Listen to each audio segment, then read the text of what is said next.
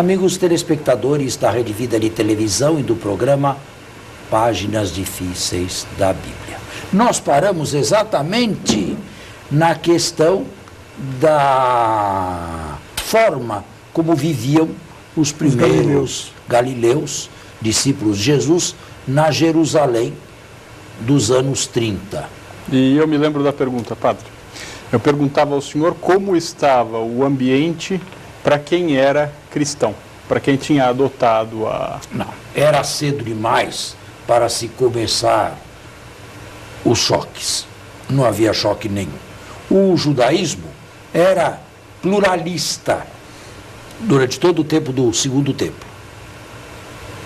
Havia diversos judaísmos. Para falar a verdade, nós teríamos que falar em judaísmos, diversos modos de se ser judeu. Não era uma coisa unívoca como hoje. E a seita messiânica se adequava perfeitamente aos judaísmos da época.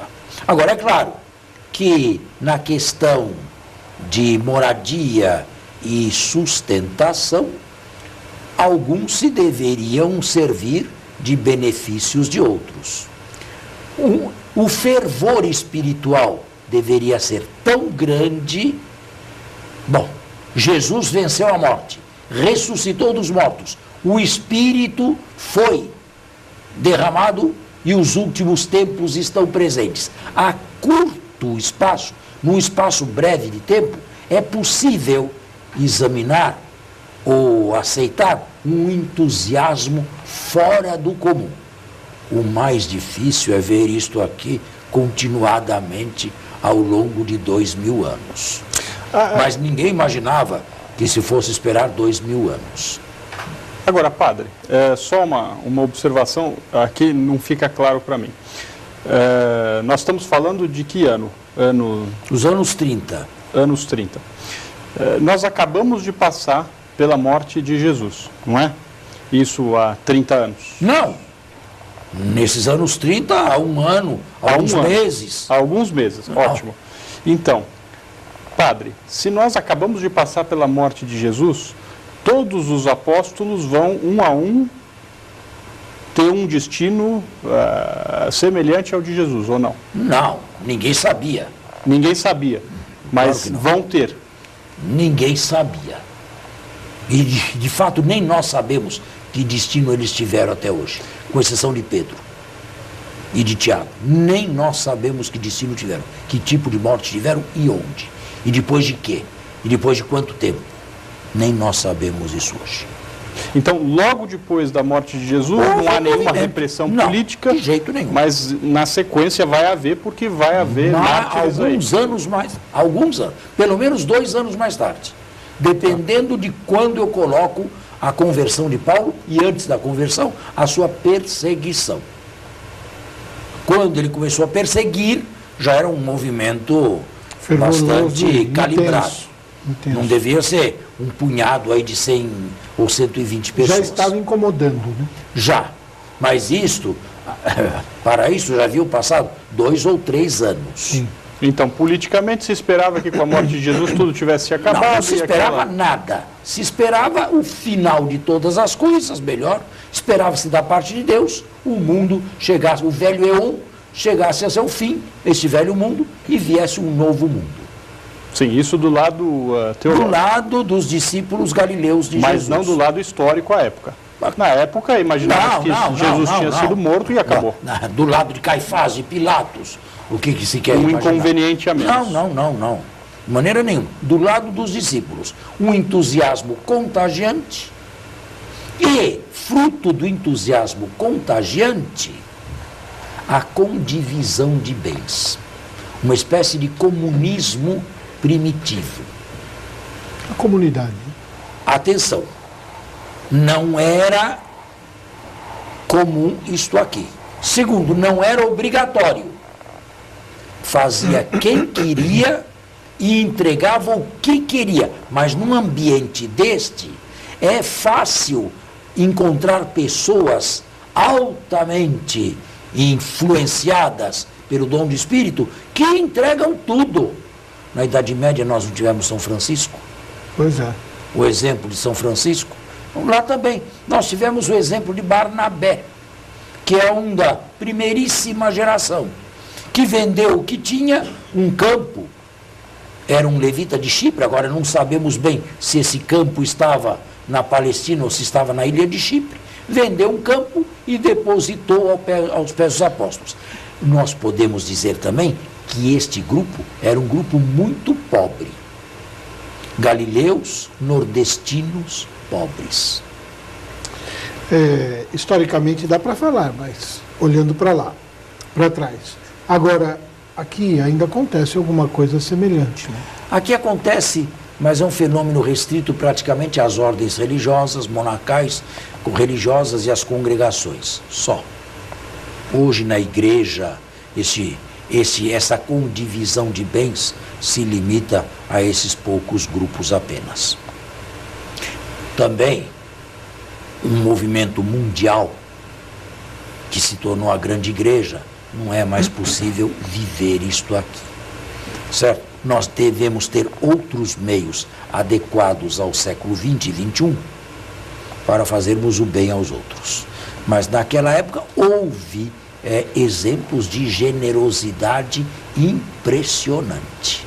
Não era o comum, não era obrigatório, mas devia haver um fundo comum gerido pelos 12 e seus representantes que administravam a mesa comum, ou melhor, o pão da caridade, a sopa da caridade, nós diríamos hoje. Portanto, um entusiasmo espiritual, isto é bonito, que se ramifica ou se concretiza, se visibiliza melhor no material, já que temos todos um mesmo espírito, vivemos como irmãos. Agora, é claro que Lucas recebeu informações disto aqui em algum lugar da Grécia, onde escrevia no final do século este volume, Os Atos dos Apóstolos. Lucas generaliza, a multidão era um só coração e uma só alma, todos tinham tudo em comum. Lucas generaliza episódios de alta solidariedade que foram, mais bem, fenômenos isolados. Podemos dizer que Lucas se sentiu embevecido e atraído por isto e apresenta isto como sendo um ideal de igreja. Mas um ideal de igreja que neste mundo, a meu ver, nunca existiu. A não ser, como disse, nas ordens religiosas e nas congregações, e assim mesmo, se forem observantes. Sim. Com uma condivisão de bens materiais, um socorro mútuo e uma alegria contagiosa. É preciso dizer mais.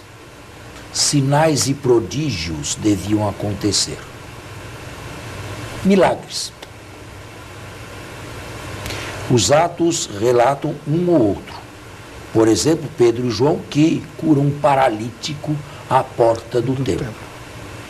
E isto devia trazer uma áurea de sobrenatural ou de preternatural para a seita por parte de todos aqueles que viam isto. Nunca tinham visto coisa igual.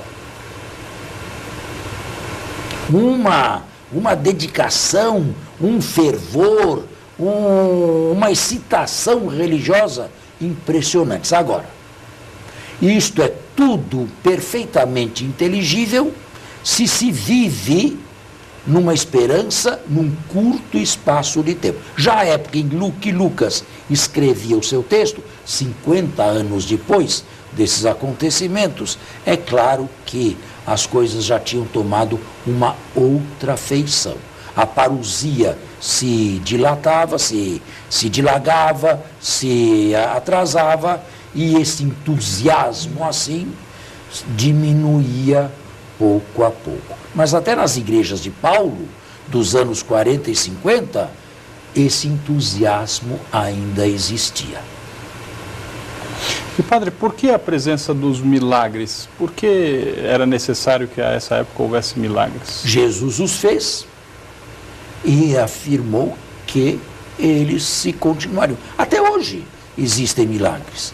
Não como aí seitas pentecostais querem que aconteça, 200 por dia, 500 por dia, à distância, numa multidão, num anfiteatro. Isto é, esta milagreria, é claro que não se deu e nunca se dá. Não é? Isto é o engodo. Agora, um outro sinal existe até hoje, sim. Existe. São sinais de que o novo mundo já começou. São sinais de que o mundo futuro já está, de alguma maneira, presente neste velho mundo aqui. Mas o sinal mais importante é o entusiasmo da fé. É uma fé entusiasmada, não é uma fé contida e silenciosa e sem se desenvolver. Seria uma fé em embrião que não se desenvolveu. Agora, se me perguntam qual era o estatuto religioso em que criam esses primeiros discípulos do Nazareno. Primeiro, a base de tudo, qual era? A ressurreição de Jesus. Sim. Ou seja, e isto era uma coisa inaudita, hein? Uma pessoa que esteve crucificada nesta cidade aqui, há alguns meses atrás, está vivo. Melhor, está vivíssimo. E foi visto por diversos. A vitória sobre a morte. Segundo, o fato de Jesus ter ressuscitado dos mortos, porque ele só conheceu uma ressurreição, a ressurreição final. Se Jesus ressuscitou, significa que os novos tempos já começaram. E Paulo ainda vai nesta direção, dizendo que Jesus é as primícias. Mas as primícias é a primeira colheita que segue o resto todo. Portanto, esta crença na ressurreição era ao mesmo tempo a crença no final. Segundo, a posse quase tangível do Espírito prometido por Jesus. Terceiro, sinais e milagres que aconteciam naquela comunidade. Quarto, sinais indisfarçáveis de fraternidade, embora não total, e com divisão de bens. Tudo isto dava à seita um alto grau de luminosidade. Mas não é tudo. Precisamos acrescentar mais a respeito do conteúdo da crença de cada um. Nós vamos fazer um intervalo e voltamos. Nós estamos de volta. Além da paixão, da morte e da ressurreição de Jesus, além da experiência do dom do Espírito, que mais era a base da crença, da fé deste movimento?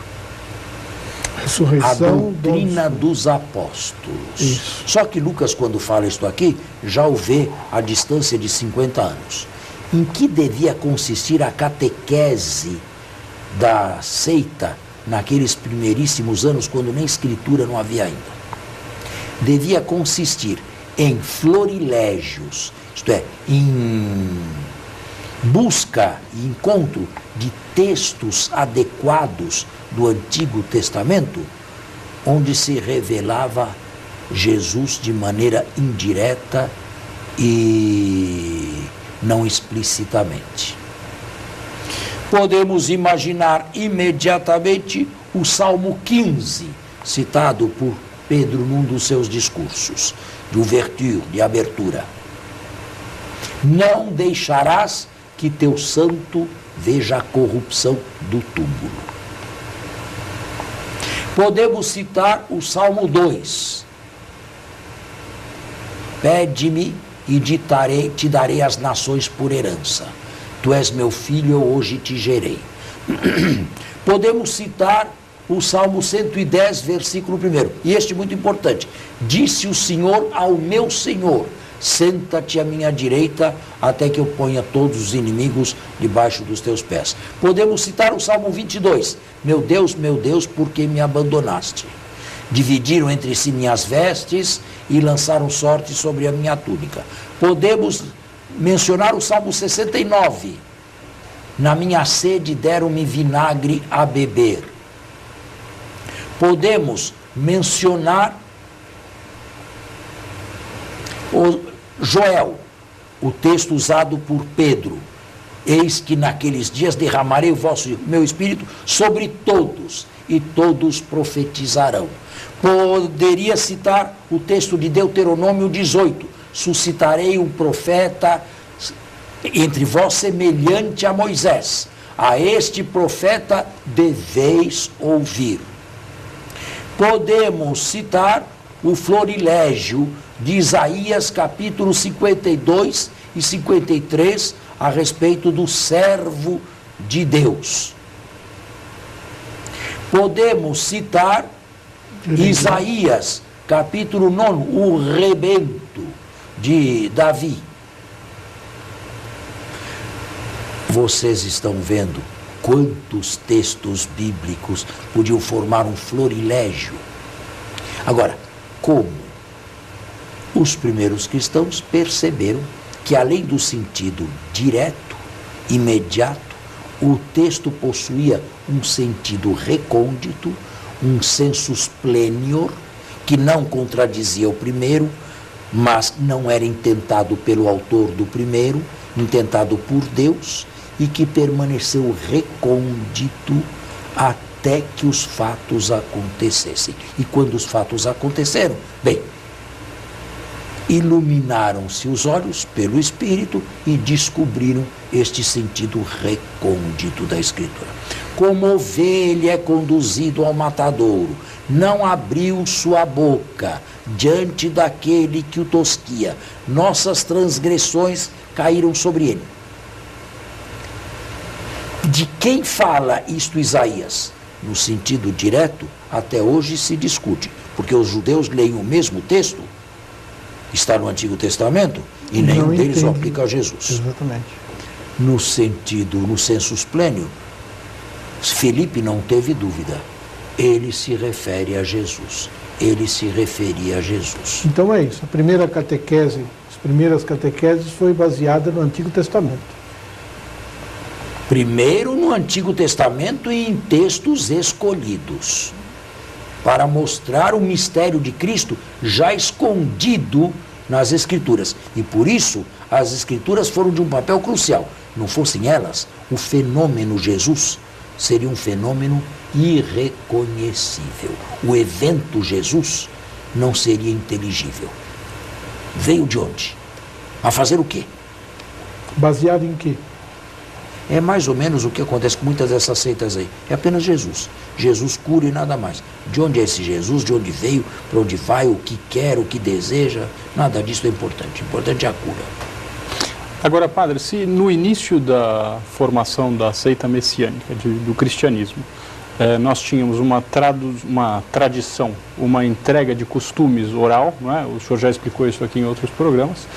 É de se supor que aquilo que hoje nós temos por escrito, as parábolas de Jesus, os ensinamentos, os mandamentos e tudo mais, os mandamentos já estariam, obviamente, mas os ensinamentos em si de Jesus e as parábolas fossem transmitidas também de boca a boca. Em segundo lugar, além das escrituras do Antigo Testamento, bem varridas, bem examinadas, atentamente examinadas, para se ver um desígnio de Deus em Cristo já escondido reconditamente no passado remoto. Os ensinamentos. Primeiro, a paixão e morte de Jesus. Isto foi o que por primeiro se se verificou, ou melhor, se ensinou a paixão e morte de Jesus. Mas depois, aqueles que estavam catequizados a respeito da paixão e morte de Jesus deveriam querer saber alguma coisa a mais a respeito de Jesus. E aí os ensinamentos de Jesus, as parábolas de Jesus, os milagres de Jesus, numa palavra, o que Jesus disse e fez. E isto aqui deveria ser narrado de boca em boca, porque havia decorrido pouquíssimo tempo desde que tudo isto tinha acontecido, e agora, à luz da ressurreição, à luz da vitória pascal, todo esse ensinamento recebeu uma nova orientação. Aquele que ensinou isto aqui, venceu a morte, subiu aos céus e está sentado à direita de Deus. Agora, padre, aqui surge uma questão, pelo menos para mim, muito intrigante. Existem diversos excertos, trechos do Antigo Testamento que, se nós fizéssemos uma leitura literal, nós diríamos que Jesus contradisse, se fizéssemos uma leitura literal. Ou seja, alterou o ensinamento. Aonde é que nessa mistura entre os ensinamentos do Antigo Testamento e os ensinamentos de Jesus, entre aquilo que ele disse e fez, aonde é que existe um equilíbrio, onde está o tempero para nascer uma doutrina nova? Isso é uma questão que teve que debater a igreja, e vai chegar ainda, mas não chegou o tempo. Quanto de judaísmo é preciso injetar neste novo movimento para que ele não perca as suas raízes? Mas isto aqui ainda tenho que falar com o tempo. Ainda é um pouco prematuro para dizer quanto de judaísmo injetável no movimento de Jesus. Isto, posso responder, de alguma maneira, foi uma verdadeira batalha na primeira e na segunda geração, entre Paulo e os outros, e os judeus cristãos, e cristãos de igrejas paulinas, o que significa que Jesus não deixou tudo muito certo. Bom, vamos terminar por hoje. Muito obrigado pela audiência. Até o próximo domingo, se Deus quiser. Boa semana, bom domingo a todos e até o próximo programa. Um bom domingo a todos e até nosso próximo programa.